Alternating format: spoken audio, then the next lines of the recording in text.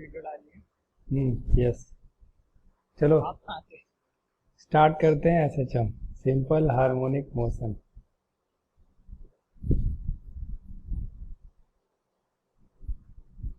SHM और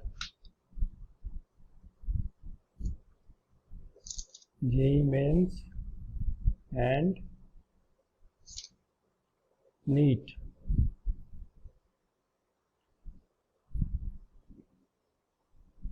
तो सबसे पहले हम पढ़ेंगे कि एसएचएम क्या होता है, सिंपल हार्मोनिक मोशन होता क्या है।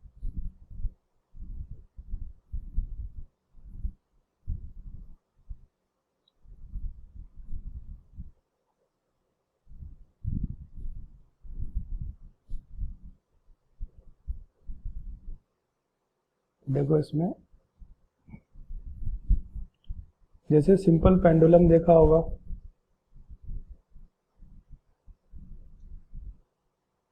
ये बीच में बोलते रहो। जब हम इसको क्या करते हैं, थोड़ा सा डिस्प्लेस करके छोड़ोगे तो ये क्या करेगा, ऑसिलेट करना स्टार्ट करेगा, राइट। या फिर जब हम किसी स्प्रिंग मास सिस्टम को स्ट्रेच करके छोड़ते हैं, ये स्प्रिंग, इसके साथ एक मास अटैच्ड है फ्रिक्शनलेस सरफेस पे, तो इसको जब हम क्या करेंगे, या तो स्ट्रेच करो या कंप्रेस करो। अगर थोड़ा सा भी स्ट्रेच किया और इसको छोड़ा तो एक अंदर की तरफ रिस्टोरिंग फोर्स आएगा, उसकी वजह से ये क्या होता है, ऑसिलेट करना स्टार्ट करेगा। ठीक है, यहाँ से ये यहाँ फिर अंदर जाएगा, अंदर से फिर ऐसे बाहर आएगा। तो एसएचएम के केस में क्या होता है, बॉडी पीरियोडिक मोशन करेगा और उसमें जो पीरियोडिक मोशन होगा उसमें जो रिस्टोरिंग फोर्स होता है F, that restoring force proportional to displacement, F proportional to X, और प्रोपोर्शनलिटी हटाते हैं तो हमारे पास आता है minus of K X. Minus बस ये बताता है कि रिस्टोरिंग फोर्स जो होगा वो डिस्प्लेसमेंट से उल्टा आता है। यहाँ सिंपल पेंडुलम के केस में अगर हम बात करें तो mg को अगर हम रिजॉल्व करते हैं तो mg का जो साइन थीटा आएगा, कंपोनेंट mg साइन थीटा, वो यहाँ रिस्टोरिंग फोर्स या रिस्टोरिंग टॉर्क प्रोवाइड करेगा। इसको हम बाद में समझेंगे। तो इसी मोशन को हम क्या बोलते हैं, एसएचएम। क्लियर? हेलो, ठीक है। फिर आता है हमारे पास basic terms related to SHM. हो गया ये, हटा दूं?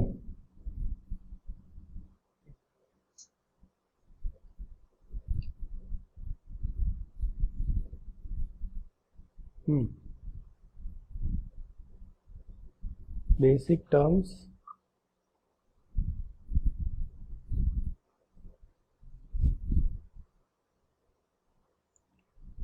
Related to SHM. अब आप देखो इसमें क्या है, पहली चीज है रिस्टोरिंग फोर्स।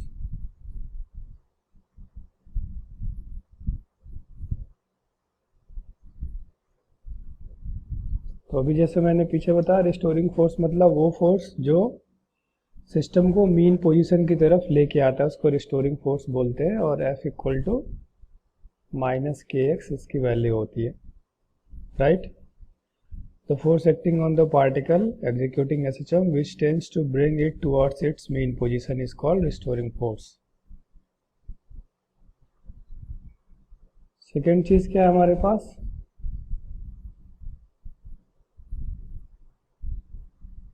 Time period. तो टाइम पीरियड क्या हो गया कि कितने टाइम में एक ऑसिलेशन को कंप्लीट करता है जो बॉडी एसएचएम कर रहा है। जैसे यहाँ से हमने बॉडी को डिस्प्लेस किया तो एक्सट्रीम, पॉजिटिव एक्सट्रीम, फिर मीन पोजीशन, फिर नेगेटिव एक्सट्रीम, फिर मीन पोजीशन। तो इसमें जितना टाइम लगेगा that is called time period, the time taken by the particle to complete one oscillations, right. Then frequency,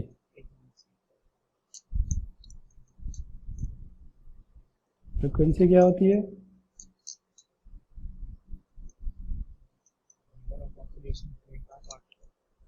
number of oscillations in 1 second या पर second. तो nu equal to basically 1 by time period होता है, reciprocal of time period.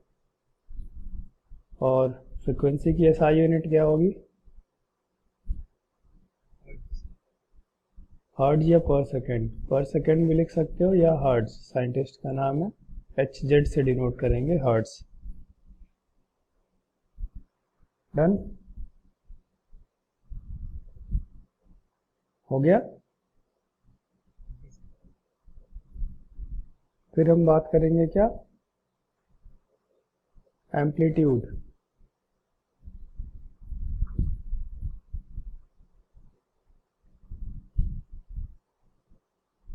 Amplitude में क्या होता है? जितना एक्सट्रीम मैक्सिमम डिस्प्लेसमेंट होगा पॉजिटिव या नेगेटिव डायरेक्शन में, उसी को हम एम्पलीट्यूड बोलते हैं। तो ये इसको एम्पलीट्यूड प्लस ए, पॉजिटिव मैक्सिमम, और ये नेगेटिव एम्पलीट्यूड, तो इसको माइनस है या माइनस, क्योंकि नेगेटिव डायरेक्शन में, दूसरे डायरेक्शन में इसको एम्पलीट्यूड बोलेंगे। The maximum displacement of particle from its mean position is defined as amplitude, right.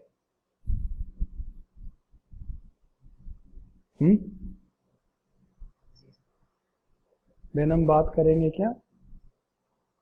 Phase.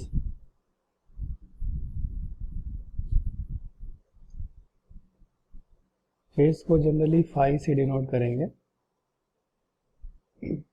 इसको समझने के लिए हम ऐसे देख लेते हैं, अभी आगे हम पढ़ेंगे। x की वैल्यू हमें आती है a cos omega T plus phi, plus minus कुछ भी हो सकता है, अभी हम प्लस की बात कर रहे हैं। तो कॉस या साइन के बाद जो एंगल का टर्म होता है, this term is called phase. यहाँ पर फेज अगर हमें लिखना हो फाई, तो this is omega T plus phi naught, इसको आप फाई नॉट बना दो, and here phi naught is what? Initial phase.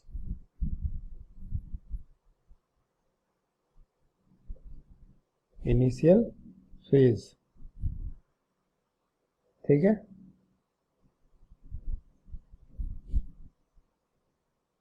Done,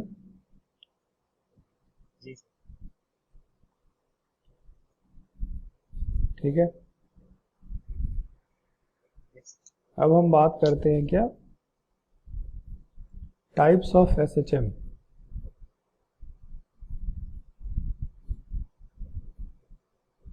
types of SHM, इसमें पहला आता है हमारे पास लीनियर एसएचएम।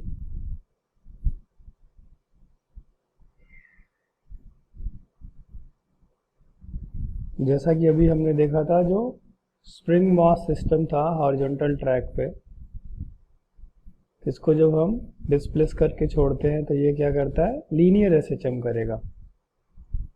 या फिर अगर मैं वर्टिकल स्प्रिंग की भी बात करूं, वर्टिकल सिस्टम, इसको भी अगर हम डिस्प्लेस करके छोड़े तो ये क्या करेगा? अप एंड डाउन, ये एसएचएम करेगा, और ये हॉरिजॉन्टल ट्रैक पे एसएचएम करेगा। इसको हम लीनियर बोलेंगे। क्लियर? yes, जो हमारे पास सेकेंड टाइप आएगा उसको हम बोलते हैं एंगुलर एसएचएम।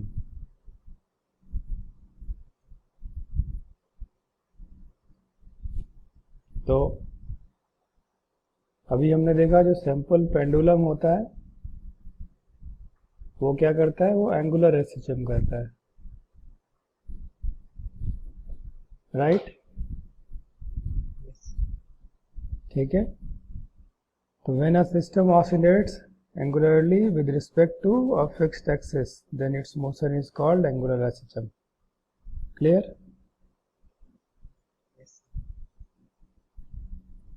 अब हम देखेंगे क्या necessary conditions to execute SHM. Heading डालो।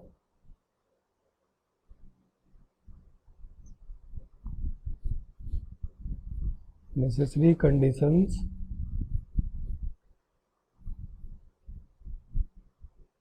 to execute SHM.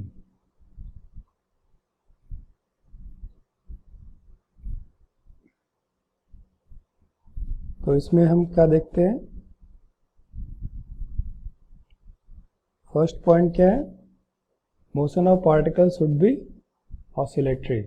क्या होना चाहिए, motion of particle should be oscillatory, right. Second, इसमें क्या होता है, जो टोटल मैकेनिकल एनर्जी होती है that is kinetic energy plus potential energy, वो कांस्टेंट होती है। ये भी हम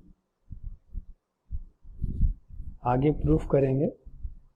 जो total mechanical energy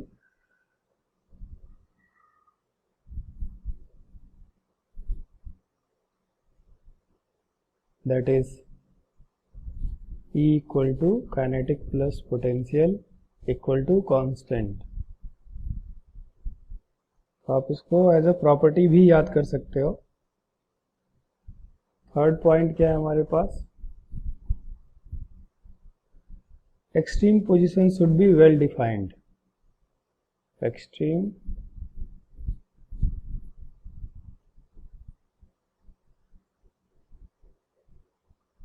position should be what, well defined। इसका क्या मतलब हुआ, जैसे अभी हमने पीछे देखा था प्लस है और माइनस है, वो वेल डिफाइंड होना चाहिए, ठीक है। और फोर्थ पॉइंट में क्या होता है, इन लीनियर एसएचएम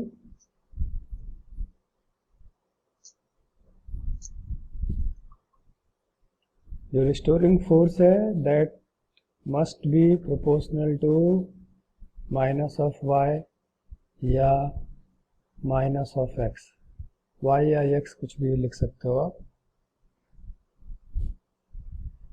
या यहाँ से ये भी लिखते हैं कि जो एक्सेलरेशन होना चाहिए, एक्सेलरेशन भी proportional to displacement. Negative sign बस ये बताता है कि इक्विलिब्रियम की तरफ ये वॉक करते हैं, ठीक है। हो गया। फिर फिफ्थ पॉइंट की मैं बात करूँ अगर इसी के अंदर एंगुलर एसएचएम में,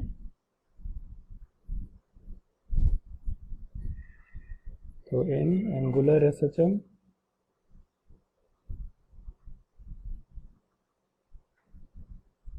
जो टॉर्क होना चाहिए टाउ, वो proportional to minus theta that is angle, या एंगुलर एक्सेलरेशन अल्फा वो प्रोपोर्शनल होना चाहिए दिस। दोनों में से कोई भी कंडीशन, ठीक है। डन। अब हम थोड़ा सा डिटेल में चीज़ों को समझेंगे, काइनेमेटिक्स ऑफ एसएचएम, ठीक है, जिसमें हम डिस्प्लेसमेंट, वेलोसिटी और एक्सेलरेशन इन सब सारी चीज़ों को सीखने वाले हैं और इम्पॉर्टेंट टॉपिक है। तो हेडिंग डालिए आप,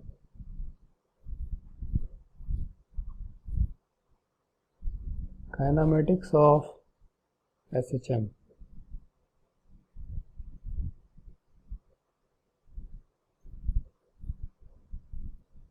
तो सबसे पहला हम देखेंगे क्या, डिस्प्लेसमेंट।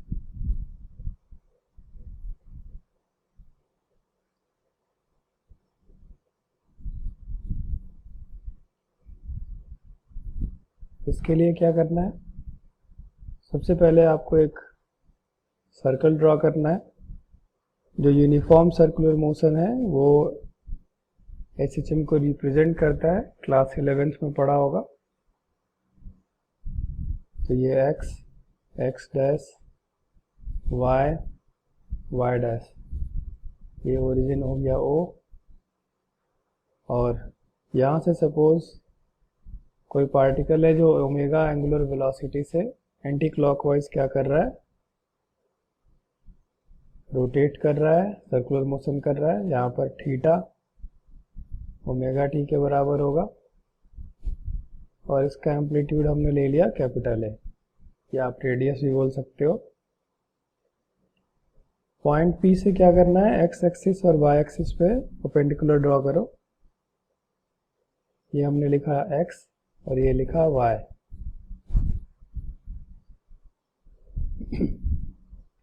समझ में आ रहा है नहीं आ रहा है? अब हम क्या करते हैं, इसको ट्रायंगल को हम बाहर निकालेंगे ऐसा। राइट एंगल ट्रायंगल दिख रहा है ओ पी एक्स, ठीक है। एक्स नहीं, एक्स तो डिस्टेंस है। इसको पॉइंट को मैं एम लिख देता हूँ, एम, और यहाँ पर ओमेगा टी, ये हो गया ए। तो ये वाई मिलेगा हमें। तो ट्रायंगल से अगर मैं बात करूँ कॉस थीटा, तो आप देखोगे तो एक्स की वैल्यू क्या मिल जाएगी, ए कॉस ओमेगा टी, और वाई क्या मिलेगा, ए साइन ओमेगा टी। डन। इसमें हमने क्या देखा कि जो इनिशियल फेज था वो क्या है, वो जीरो है। जो इनिशियल फेज है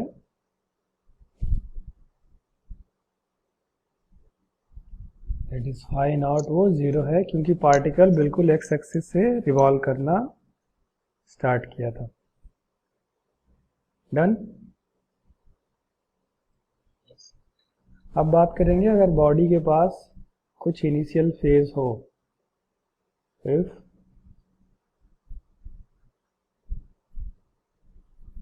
the body has some initial phase,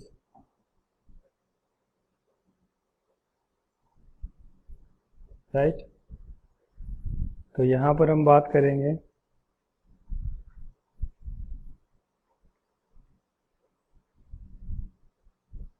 मान लो कि पार्टिकल जो है पहले यहां पर था पॉइंट पी डैश और इनिशियल फेज फाई नॉट।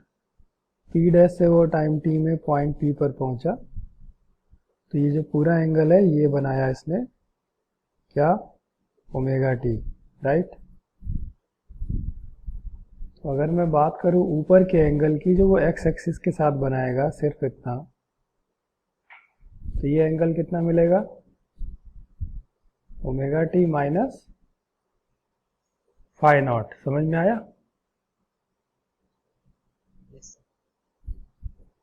तो इसमें हमें क्या मिल जाएगा, x की जगह पे a cos बस omega T minus phi naught, y मिलेगा a sine omega T minus phi naught. दोनों में बस माइनस आ जाएगा। डन। तो इसको हम क्या लिख सकते हैं, इसको हम लिख सकते हैं फेज लैग, माइनस फाई से क्या कर रहा है, लैग कर रहा है। थर्ड पॉइंट की मैं बात करूं, फेज लीड, मतलब इनिशियल पॉजिटिव फेज होगा पार्टिकल के पास, मीन्स वो एक्स एक्सिस से पॉजिटिव डायरेक्शन में इनिशियली मूव करेगा। जैसे ये हमने लिया और ये हमारे पास एक्स एक्स डैश। तो पहले जो पार्टिकल है वो कहीं यहाँ पर है पी डैश और initial phase phi naught. P dash से वो पी तक गया तो ये जो एंगल है दिस इज ओमेगा टी। तो जो पूरा एंगल होगा वो कितना बना रहा है ये, omega T plus phi naught X axis के साथ, राइट। तो X equal to A cos omega T plus phi naught Y A sine omega T plus phi naught. बात समझ में आई क्या?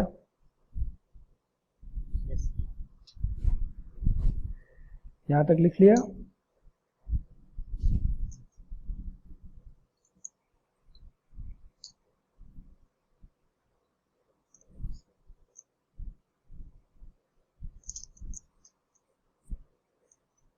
Hello, yes sir.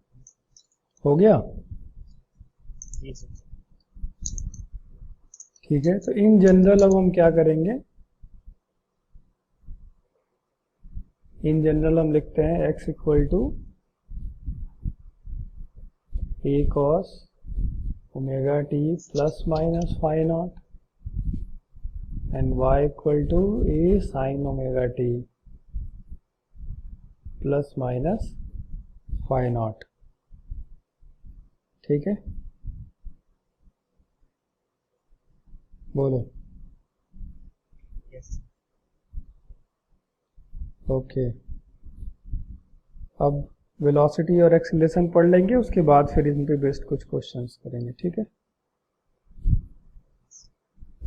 अब बात करेंगे वेलोसिटी की।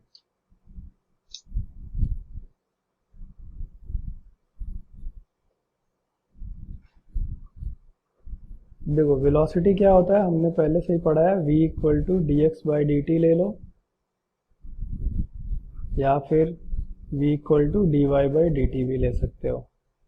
डिस्प्लेसमेंट जिस टर्म में दिया होगा उसको सिंपली आपको क्या करना है, डिफ्रेंशिएट कर देना है। तो मान लेते हैं लेट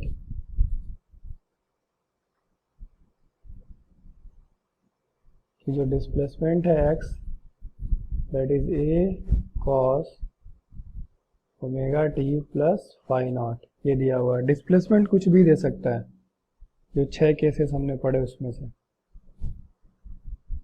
तो यहाँ मिलेगा v equal to D X by D T. अगर आप इसको डिफ्रेंशिएट करते हो